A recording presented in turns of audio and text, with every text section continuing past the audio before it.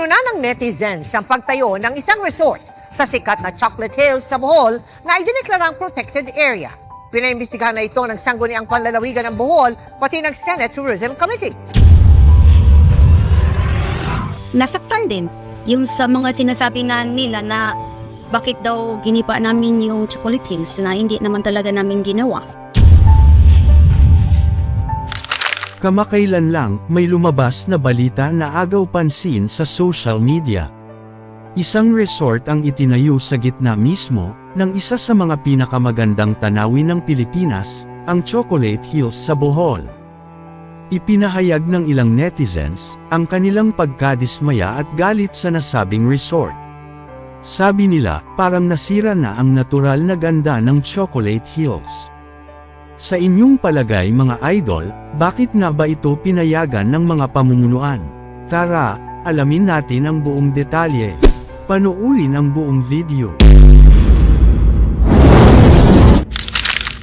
Kumusta mga idol? Mayroon naman tayong bagong chika sa inyo. Bago yan, welcome sa channel ni Mr. JV. Sa isang sulok ng magandang probinsya ng Bohol, may umuusbong na kontrobersya sa gitna ng kagandahan ng Chocolate Hills. Ang The Captain's Peak Garden and Resort ay matatagpuan sa Barangay Libertad Norte sa bayan ng Sagbayan sa Bohol. Ito ay may malaking swimming pool at iba't ibang cottages para sa kaginhawaan ng kanilang mga bisita. Sa kasalukuyan, may ongoing construction pa para sa function hall ng resort. Ayon sa mga ulat, aabot sa 10 milyong piso ang kabuuang halaga ng proyektong ito. Nakakalungkot isipin na mayroon ng resort sa gitna ng Chocolate Hills. Dapat sana ay na-preserve natin ang kagandahan ng ating likas na yaman, ito ay sabi ng mga netizens. Ang ganitong pagpapagawa ng resort sa UNESCO site ay dapat pagtuunan ng pansin. Hindi dapat balewalain ang epekto nito sa kapaligiran at sa kultura ng ating bansa. Sa gitna ng kagandahan ng Chocolate Hills sa Bohol, may isang pangyayari ang nagdulot ng kalungkutan sa mga netizens, lalo na sa mga taga-Bohol at mga taga-ibang bansa. Isang resort ang biglang lumitaw sa gitna ng likas na yaman, na nagpapalayo sa mga tanawin ng kalikasan, at nagdulot ng pagtataka sa mga lokal at dayuhang bumisita. Ang resort na ito, na nagbibigay ng magandang serbisyo sa mga bisita, ay umani rin ng mga batikos at pagtutol mula sa mga konserbatibong sektor at ilang mga senador. Ipinagtataka ng ilan kung paano ito naipatayo sa isang lugar, at matatandaan, na idineklarang protected area ito, ng National Geological Monument noong 1997. Sabi ng ilang netizens, sobrang nakakalungkot na makita ang pagtatayo ng resort na ito, sa gitna pa mismo ng Chocolate Hills. Dapat sana ay iningatan natin ang likas na yaman ng ating lugar. Hindi maintindihan ng ilang netizens kung paano ito nangyari. Dapat sana ay ipinatupad ang mga batas at regulasyon upang mapanatili ang kagandahan ng ating kalikasan.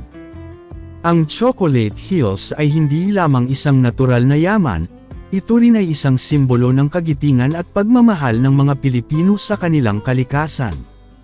Kaya't marami ang nabahala ng mabalitaan ang pagtatayo ng resort sa lugar na ito. Mahalaga na malaman natin kung paano nangyari ang pagtatayo ng resort sa Chocolate Hills. Dapat nating alamin kung mayroong ba paglabag sa batas, at kung sino ang dapat managot sa pangyayaring ito. Ayon naman sa DENR, ay nagbibigay ng importansya sa pangangalaga ng ating kalikasan. Ginagawa raw nila ng lahat upang mapanagot ang mga lumabag sa batas, at siguruhing maipatupad ang mga regulasyon sa paggamit ng mga protected areas. Sa kabila ng mga batikos at pagtutol, may mga hakbang na ang DENR upang tugunan ang issue. Ipinahayag nila ang kanilang suporta sa pagpapatupad ng mga regulasyon, at pagbabantay sa mga proyektong maaaring makaapekto sa likas na yaman ng bansa. Gayunpaman, nagsalita na ang manager sa Captain's Peak and Resort na si Julieta Sablas. Ayon sa kanya, marami ang nagtatanong kung bakit kami pinapatigil ng operasyon, subalit kami ay wala namang nilabag. Alam raw ng lokal na pamahalaan ang aming business permit, at walang sinasabi tungkol sa anumang pagkasira ng Chocolate Hills. Binigyan kami ng business permit mula sa lokal na pamahalaan, patunay na legal ang aming operasyon. Dagdag pa ni Julieta, hindi po kami nakakasira ng kahit anong kalikasan dito. Kami ay nakatuon lamang sa pagbibigay ng serbisyong turismo, at pagpapahalaga sa kalikasan. Sa kabila ng lahat na ito, handa raw ang pamunuan ng Captain's Peak and Resort, na ipakita ang kanilang pangako sa kalikasan at serbisyong turismo. Samantala, ayon sa Provincial Government of Bohol, nagsagawa na ng investigasyon ang Sangguniang Panlalawigan Committee on Environment, ukol sa isyu ng Captain's Peak and Resort. Ang ulat at rekomendasyon ng komite ay inaasahang maglalabas ng linaw, hinggil sa kontrobersyal na isyu sa pagtatayo sa gitna ng Chocolate Hills. Sa huli, ang pagtatayo ng resort sa Chocolate Hills ay nagdulot ng malaking pagtataka, at pag-aalab sa damdamin ng mga Pilipino. Ngunit, sa pamamagitan ng tamang pagpapatupad ng batas at regulasyon, umaasa tayo na maipapanatili ang kagandahan, at kabutihan ng ating kalikasan para sa kasalukuyan at hinaharap na henerasyon. Ang Chocolate Hills ay hindi lamang mga burol, ito ay simbolo ng yaman at ganda ng ating kalikasan, at protektahan ang ating likas na kayamanan. Kayo mga idol, ano ang masasabi nyo sa chika topic natin ngayon? At syempre bago tayo magtapos sa ating video, ay inaanyayahan ko kayo na mag-like sa ating Facebook at mag-subscribe na rin sa YouTube, dahil malaking tulong na ito sa pag-grow ng aking channel, upang mas lalo pa ako na magsipag sa pag-upload ng mga videos na kagaya nito.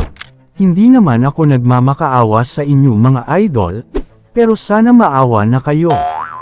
Hanggang dito na lang ang ating video, maraming salamat sa inyong pagtambay, bye-bye!